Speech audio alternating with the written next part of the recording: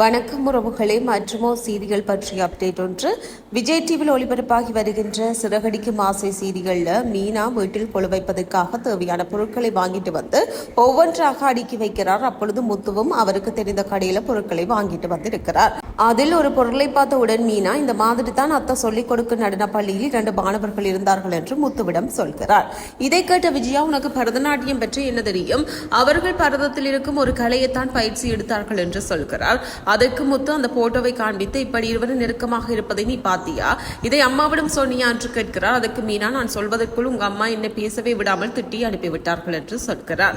உடனே வழக்கம் போல் அங்கிருந்த மனோஜ் மற்றும் ரோஹிணி விஜயாவுக்கு சப்போர்ட்டாக பேசி மீனாவை மட்டம் தட்டிவிட்டார்கள். ஆனாலும் விஜயா அந்த மாணவர்களை விட்டுக் கொடுக்காமல், இது பரதத்தில் இருக்கும் ஒரு கலைதான் என்று அனைவருக்கும் நடனத்தின் மூலம் செய்து காண்பிக்கிறார். இதை பார்த்த மீனா, அவர்கள் இப்படி பண்ணவே இல்லையே என்று எனக்கு நன்றாகவே தெரியும். அவர்களிடம் ஏதோ ஒரு தவறு இருக்கிறது, ஆனால் அதை சொன்னால் அதை ஏற்றுக்கொள்ள மாட்டார்கள் என்று முத்துவிடம் புலம்புகிறார்.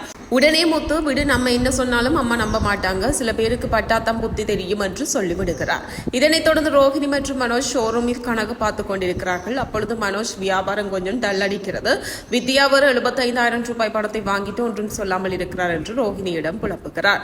உடனே ரோஹிணி, இது என்ன அதுக்குள்ளேயும் பணத்தை கேட்க ஆரம்பித்து விட்டான் என்று யோசிக்க ஆரம்பிக்கிறார். அந்த நேரத்தில் ஷோரூமுக்கு பொருட்களை வாங்க ஒருத்தர் வருகிறார்.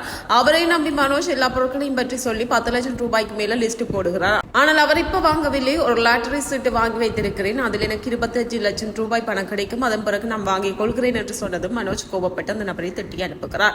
இதனால மனோஜ் கடுப்பாக இருக்கு. அந்த நேரத்தில் ஒருவர் வந்து, உங்களை கோவிலில் சந்தித்து பேசுவதற்காக ஒருவர் காத்துக் கொண்டிருக்கிறார், ஏதோ உங்களிடம் உண்மையை சொல்ல வேண்டுமாம், அதனால சீக்கிரம் போங்க என்று அந்த நபர் மனோஜிடம் சொல்கிறார். உடனே மனோஜ், நமக்கு மொட்டை கடதாசி போட்ட நபராகத்தான் இருக்கும், என்னுடன் சேர்ந்து நீயும் வா, நாம் யார் என்று பார்க்கலாம் என்று ரோஹிணியையும் சேர்த்து கூப்பிடுகிறார்.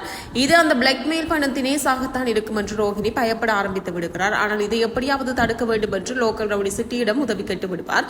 இதனைத் தொடர்ந்து விஜயா நடன பள்ளியில் சொல்லிக் கொடுத்துக் கொண்டிருக்கும் போது அங்கே அந்த காதல் ஜோடிகள் செய்யும் சில்மிசங்களை பார்த்து விடுகிறார். இதனால இப்பொழுதுதான் விஜயாவுக்கும் தோழி பார்வதிக்கும் அவர்கள் மீது சந்தேகம் வருகிறது. அத்துடன் மீனா சொல்வது சரிதான் என்று இப்பொழுதுதான் விஜயாவுக்கு தெரிய வரப்போகிறது. ஆனால் இந்த விஷயத்தை விஜயா கண்டுபிடிப்பதற்குள் அந்த காதல் ஜோடிகளால் விபரீதம் ஏற்பட்டு விஜயா பிரச்சனையில் மாட்டிக்கொள்ள வாய்ப்பு இருக்கிறது.